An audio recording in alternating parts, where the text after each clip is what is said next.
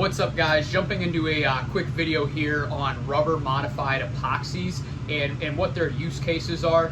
And one of the big things with these is that it gives you two things to do with your resins and with your applications. The first with your rubber modified epoxy is that will provide a degree of impact resistance. We call it impact modified. And then also it will give a degree of flexibility to it.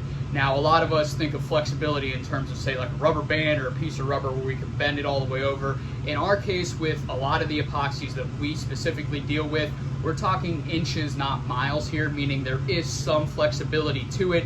Think low wall thickness ductwork where you have some natural flexion in that system, but we're not talking about, in our case, where we're using these on, say, conveyor belts where it's going around basically 180-degree bend to go back the other way. That's not what we're talking about.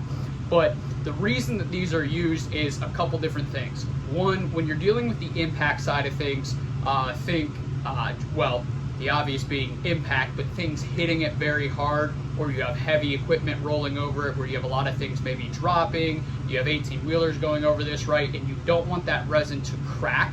That's where we'll use a rubber modified or an impact modified resin to take a lot of the energy out of it.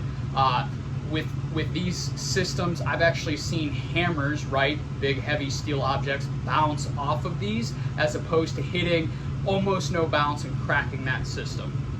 Now, on the flexible side, where we still might call it impact modified, but it's a rubber modified system where it is more flexible. Again, that's more in our duct work. So if you take, for example, an FGD system where you have thinner wall or thinning wall systems and you need to protect it without doing any reinforcement, and it is going to flex as you add airflow to that. It's not really a pressurized system, but there is air volume behind it, which gives a little bit of pressure, where that is going to flex on startup, on shutdown, and everywhere in between. You're going to have changes in your process.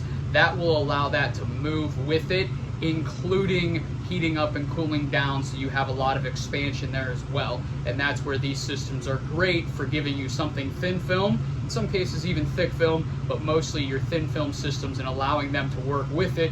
Where, take the FGD duct, we might go with something ultra high abrasion resistant, but it's very rigid and it could crack, right? And that can cause an issue down the road, because then it's breaking there, and then you get some subfilm corrosion in there, and then more of the coating fails, and now you have a corrosion failure as opposed to an abrasive failure, which we can fix more easily.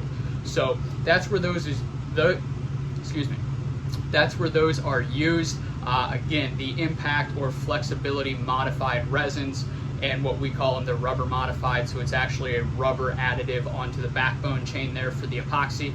If you guys have any questions, drop a comment down below. Would love to help you. And as always, I speak in general terms so that you guys can take this information and use it with whatever manufacturer, supplier, distributor that you are working with in your facilities, in your process to solve these problems, and so that you can ask more questions to help you guys be successful.